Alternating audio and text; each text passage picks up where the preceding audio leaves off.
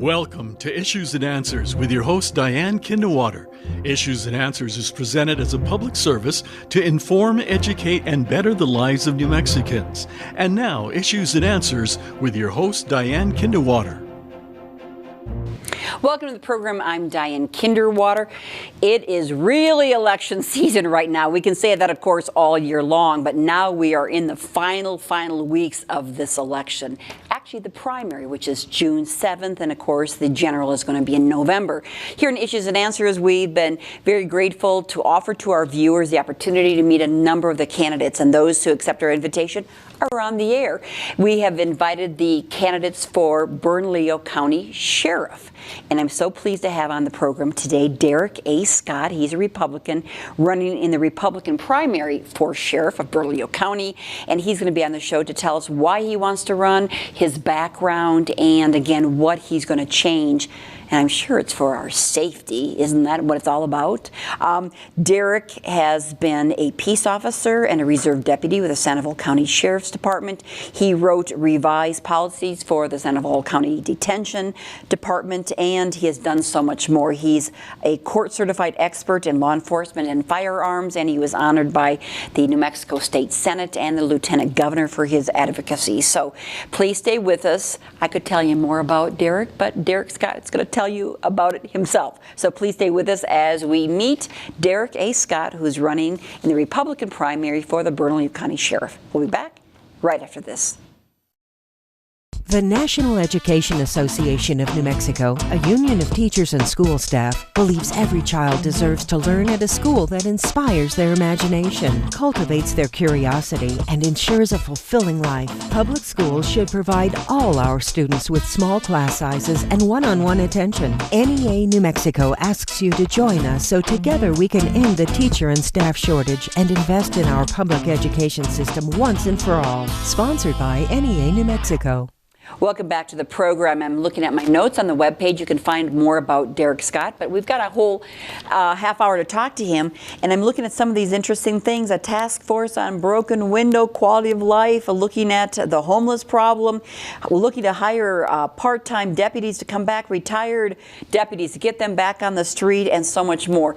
And cybercrime, it's up 800%. Hopefully you haven't been attacked. I know I've gotten a lot of things on my computer that look suspicious. But Dereck, I'm going to let you take it away. Thank you again for running, throwing your hat in.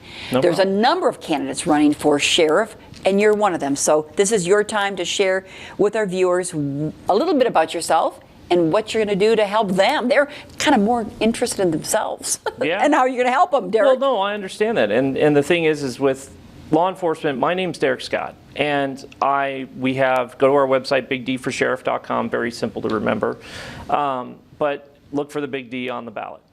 But anyways, what we have is a 4-point plan that I myself and my staff have gone over for about a year now and refined on what can we do right when I get in office. And what we want to do is first, like you discussed, the reserve deputy program. It's not there much anymore. From what we understand, it's not even there at all.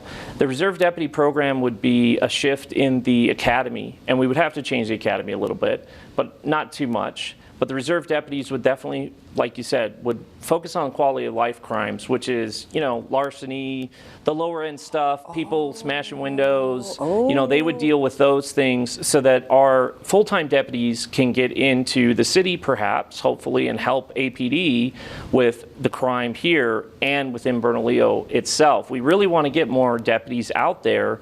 There's, if you go to Rancho de Albuquerque, they don't have many deputies, and they're right in the middle of the city, and it's unincorporated. There's a lot of unincorporated places in Albuquerque that we need to deal with that have a low amount. They have a low amount of deputies. They are low just as much as... What is the problem that you see now, Dereck? Is that we don't have the deputies? That's the first problem. That's one of the first problems. The second problem that we have is, like you said, it's cybercrimes. Why cybercrimes? Because everybody's like, well, why cybercrimes? Well, cybercrimes, like you said, And I said it because I told you. 800%. But I've been hit as suspicious things on my computer. It's don't click the link minimally. But again, well, let's go with APS. So Albuquerque Public Schools. Okay, they put out a memo that they didn't get any help from any of the authorities, including all the way up. So they had to spend $300,000 of our taxpayers' money on that for a third party to help them clear it out and just build up a new firewall. The problem is, though, is they're going to get attacked again. And nobody's going to criminally go after these people. We need to make a task force to criminally go after these people and start tracking where they're hitting, why they're hitting those people, and to try to track back, because there is technology to do that. And we're not doing that now? No. Is the city doing it now? Nope. The city had a detective at one time. He was one man, and he went through a couple of certifications. He's retired. They have nobody in Albuquerque or Bernalillo.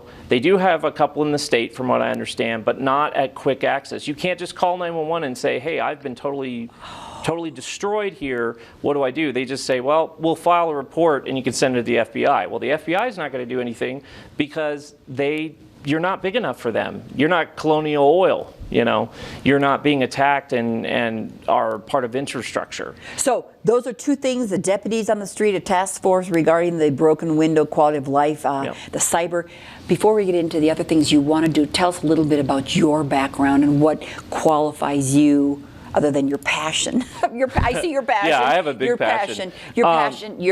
What qualifies you to be sheriff? Well, you know, and I think that's a good question. What qualifies anybody to be sheriff, right? My background is private and public. I've started actually managing before I was 21, so before you can become certified as a peace officer or a deputy or a police officer, I ran a security company before I was 21, and I ran it for a friend of mine. Why would you, as a before 21, run a security company? Because I was really good at it. I worked my way up through the company when I was 18 and became the manager of that company for a year. And then. And how did you get involved in security at 18? Needed a job. And I was curious about law enforcement, and a lot of the guys that I knew, especially my mentor, Ronnie Newman in Colorado, he told me, why don't you try security first? And I said, yeah, why not? Let's go figure it out. But also as a Boy Scout, you were involved in that security. Yeah, I was an explorer before that. So you and then I was in the cadet program. So when you're in the cadet and explorer program, you're not getting paid anything. In the cadet program, you're getting paid a little bit. So you got to get a second job, and you go into security. Okay, so you did that. Yeah, so I did that and started working at Evergreen, and then went from Evergreen to coming down here to New Mexico. And then when I came down to New Mexico, it's because my family moved down here. My parents bought a bed and breakfast, and they said, you know, they really needed law enforcement down here. Why'd you come down here? So I was like, sure, I'll check it out. Lo and behold, it was a little harder to lateral over than I thought it would be. So it was finding the department to pick up your bill, basically. And Sandoval was the one that did it for me. And you worked there, I think, starting in 2004. Yeah, that's correct. I moved down here in end of 2003, and then started in 2004. And you started as a deputy. Yeah, so I started as a peace officer and then became a reserve deputy at the same time because we went through the academy. And this is the way they were trying a new pilot program there so that they can bring in people like us that already had experience, but that they can do a shorter academy. And guess what? This is kind of similar to what we want to do in Bernalillo. It did work really well. And from what I understand, they still kind of do it. It's just they ran out of money. They did a pilot program, but unfortunately the county didn't want to continue to pick up the bill. But it got a lot of deputies and officers in the jail and out on patrol, and then we were able to be out of patrol because we were fully certified with the state, so we can go out of patrol as reserves and work in the jail. And I worked my way up through the jail and I worked a lot of cases and a lot of investigations in the jail and actually outside of the jail too. That's what brought in my expertise with the court stuff. You're right, the court certified expert in law enforcement and firearms. So you testify in various cases on Yeah, I'm actually testifying in a case right now that I can't really get into, but actually, funny enough, it's sad. I wish I could talk about it, but the lawyers asked not to because it's still in litigation. So what we're trying to do is that's part of what helped me focus on this, because I started this case last year, and it really involves a lot of gang crime that's going on. And you hear shootings, and the media keeps saying, oh, it's shootings. No, it's not. It is gang warfare to dominate our new drug law with the marijuana, and it's to dominate the territory. They have been multiple reports of people being, I would say, harassed about if they don't do something or don't give something, something will happen to them. And so we have a big gang crime that's trying to control the money that's going through this state. Well, now, of course, cannabis is legalized, Yep. so that shifts the gangs and their territory and Yep. what they're able to supply. Yep. And I they're imagine. fighting over it. They're fighting over it. And that's why we're seeing it every day. That's what the case that I'm working on deals with a lot of this. And so, And the public doesn't seem to know that. no, because the media is not really telling them, unfortunately. So what can you tell us about gang violence in the county and in the city, Dereck? They're consolidating. Some of them are trying to consolidate. And they want to come together because they know as separate games, they're not as strong. So they're consolidating. A lot of these gangs are thinking, maybe we should consolidate. Some of them don't want to. And so what you're getting is strikes because maybe some do want to consolidate, and if you strike the head, you can control the rest. There's consolidation going on, which is very dangerous because then you get into, RICO Act, you get into people with, they become the mob. But it's not a mob that you would think on the TV, no. This is a brutal mafioso that comes from Mexico, okay? This is, what Trump used to talk about, which is MS-13. This is Mexican Mafia, Crenshaw Mafia. I'm probably, if they watch this, they're gonna love me. But that's a lot of what's coming in. We also have gangs from the east side and the west side that see an opportunity here that have been moving things in. We have drugs that are moving through this state to other states, so. So how would the Sheriff, Bernalillo County Sheriff, be involved in stopping that? Well, what we've planned out, okay, is our administration needs to be out on the street. I will be out on the street almost every day if I can be. There's still going to be administrative things that I will have to do, but anytime I'm out on patrol, I will be watching our guys and coordinating what we need to do. Not micromanaging, coordinating. And we will start coordinating, hopefully with APD if they'll work with us. If not, we might have to go in. You can't just allow APD to do nothing. And that's, unfortunately, it's not APD's fault. It's the federal government controlling APD and telling them, well, $500 or less, you don't have to arrest them for it. That they've literally been told that. I'm not going to tolerate that. Our administration will not tolerate any of this. That's the court-appointed judiciary came into Albuquerque, Yes. kind of tied their hands on their things. hands. Yeah, and then we do have a prosecutor that is struggling, from what I understand, to get any direction, unfortunately, like he's talked about on the news. Mm-hmm. So it's partly we could help the prosecutor, we can help the state, we can go in and we can help. The sheriff has an ultimate authority over the Bernalillo County, and he does have authority over PD. Now, there are some people that say, no, it's home rule. No, that's not true. We are the elected official that can take over and say, no, if you're not going to do the job, we'll take over. There's many court cases that have already proven this, that the sheriff has authority over city police. And so what's happened before is when city police has gotten out of control or corruption, the sheriff has gone in, cleaned it up, and handed it back to the city. I don't want to do that. I want to work with the city. I know that there is people within the city that wants to change and needs support. And I think the county has the ability to do that if we have the willingness and the boldness to do it. That's the thing, is we as the county have to be bold to do it.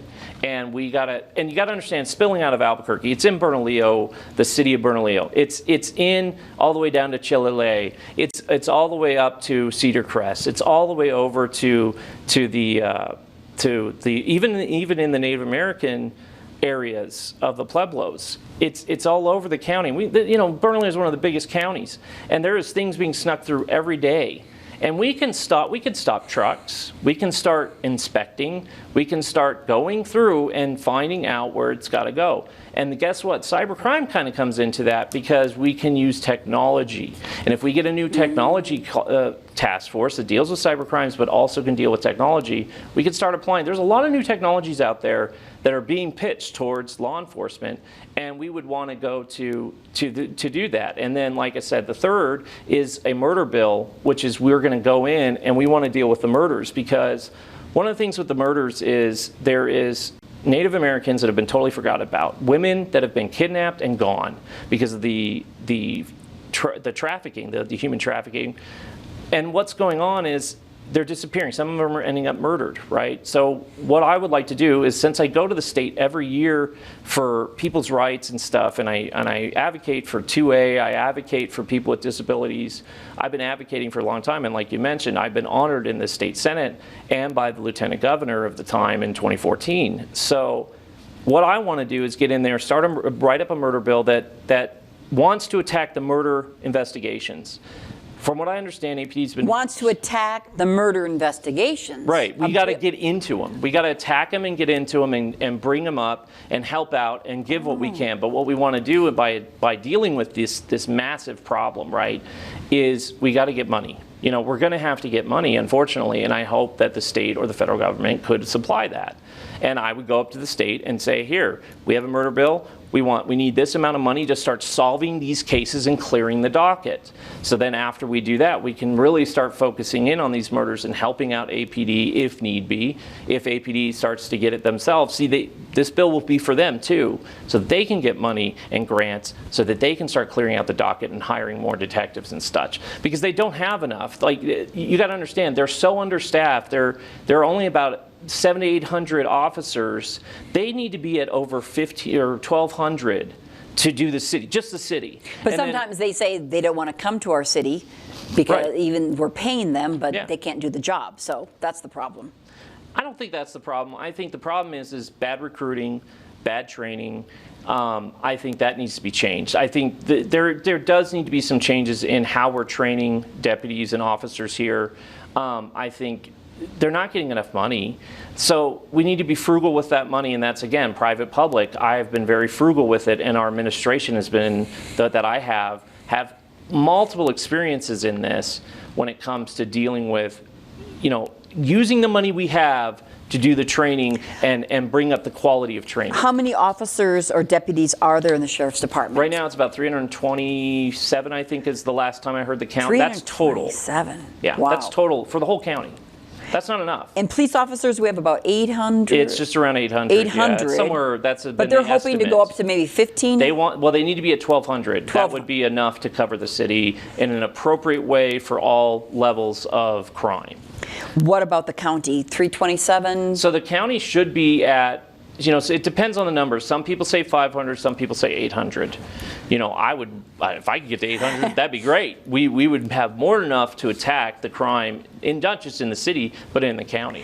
Is it possible now to hire retired officers, disabled officers, hire there's part-time? been a lot. I know a lot of officers that want to get back in the seat that have been injured on the job or have been shot or whatever, and have struggled to get back in. Especially, I know APD officers really can't get back in. They just push them out. And well, that's because of their retirement. They want to be able to earn their retirement. Not entirely. They forced the retirement on some of these deputies and officers. They forced them. They told them, no, you're not coming back. If you don't do what we say, we're going to fire you. So what do? You take your retirement, right? So it's something similar that happened to me. I didn't get my full retirement as I should have when I was medically retired myself. And I was medically retired. I didn't want to be medically retired, but they medically retired me anyways. They've shoved me out. And that's just what the city and para does, is they push you out. And that was when you were at Sandoval County? That was when I was at Sandoval County, when I became disabled with MS. And have actually been better now. I've not been cured, but I used to be wheelchair bound, and some people might remember that name because I've been in the news before. But I now can walk because, come to find out, it was a doctor's mistake that made it a whole bunch worse. So I'm better now, and I'm walking, and I'm even getting better and better. I still have the disease, but it's not at the level that they originally thought because of the mistake made by the doctor that harmed me for 10 years. But you have the experience of being disabled, but knowing that a disabled person is able to... Of what a disabled person could do. See, and that's the thing. This is part of my pitch, is people aren't looking at all these other people we have to hire that want to work. They want to work. I have 2 disabled people that are certified cybersecurity experts and have been doing it, kind of through their home, that would love to be detectives and start doing the job today if they could. But you have to change the system. You have to change para. What would you have to do? We would have to ask the county for some money or rearrange money. Like, for instance, we have two undersheriffs. They make about $110,000 a year. 2 of them. Usually most departments have one undersheriff and the sheriff, and then you have captains, lieutenants, and so on, or well, it's chiefs, captains, lieutenants, and then your deputies, right? So we have 2 undersheriffs. Now they say, well, we need this. Well, I'm going to definitely go in and find that out and make sure. And if we don't, I'm definitely going to let one go, because it's not, that's $100,000 can be put right back into the system. Right there, there's your cybersecurity force. $100,000 can pay for that. As you campaign, have people been talking to you about the cyber problem? Yep. Okay. It seems we like have had many people that have just shined up and said, God, you won't believe the problems that I've been having. Like this bank teller one time, we were talking about it, and she was just notating the stuff for when I was registering to run for office. She was like, you won't believe how much I'm dealing with on a daily basis. She's like, and the law enforcement does nothing. And this is criminal stuff that is fraudulent every day, and there's nowhere to go.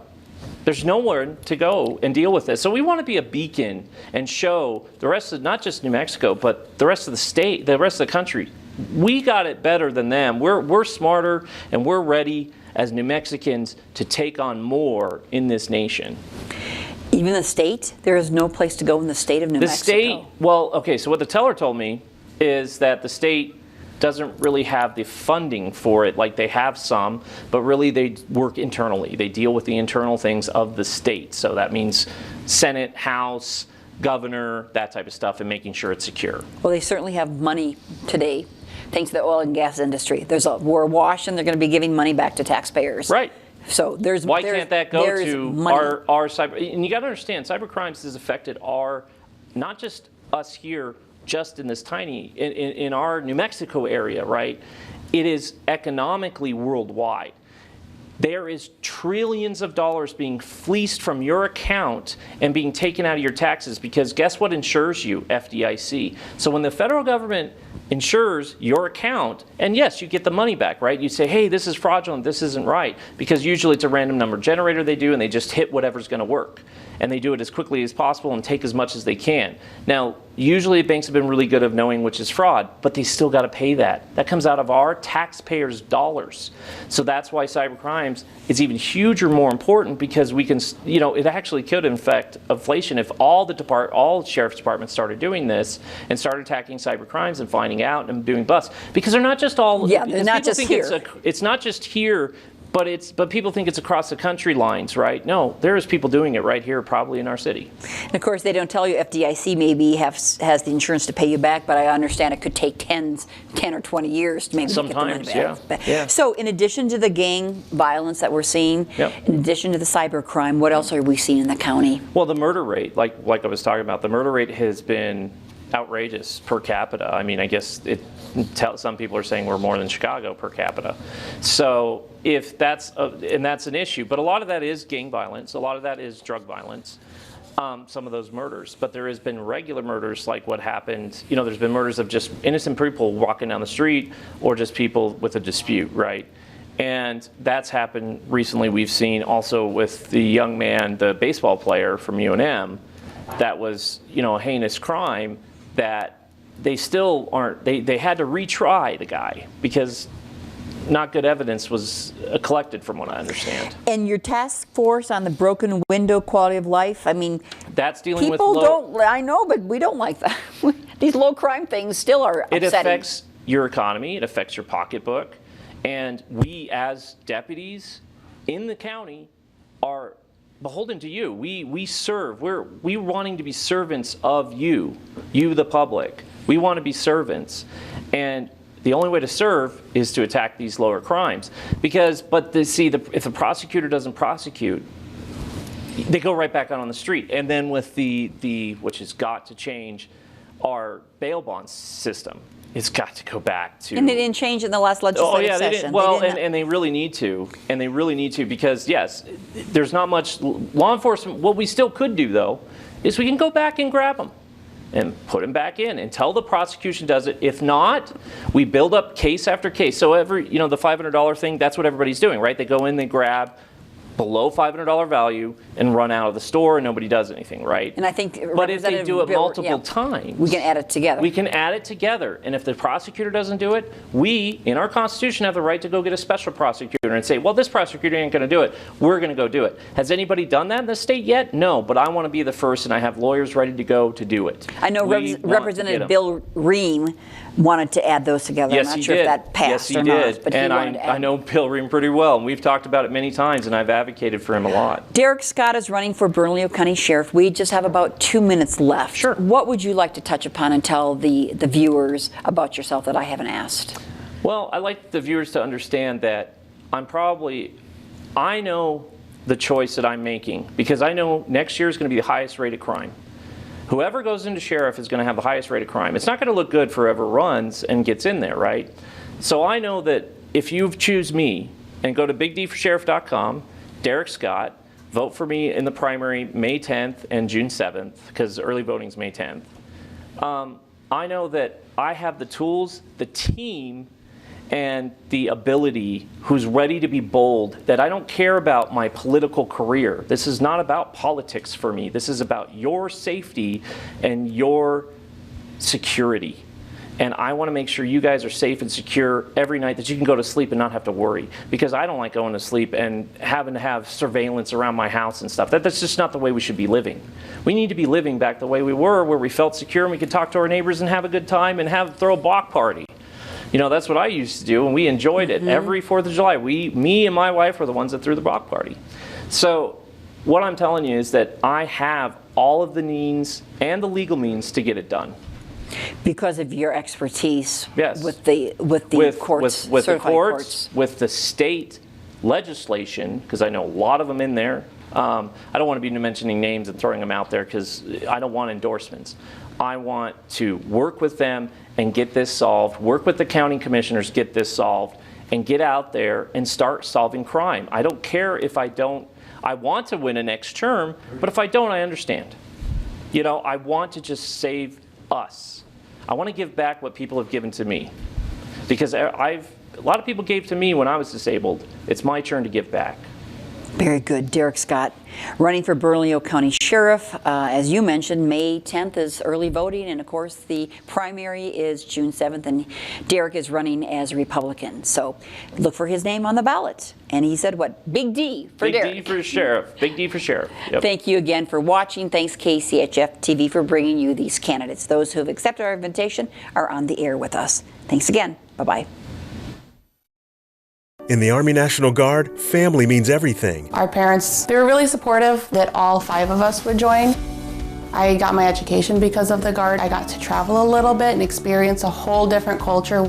It helped me get my job, helped me pay for my house. Being part-time really helped because I could have some opportunities that were still in education. Serving part-time in the Army National Guard instills pride that you and your family will share. Visit NationalGuard.com to learn more about part-time service. Issues and Answers with your host Diane Kinnewater is presented as a public service to inform, educate, and better the lives of New Mexicans. To comment on today's program or to purchase a copy of any Issues and Answers program, visit sunbroadcasting.org or call us at 505-345-1991.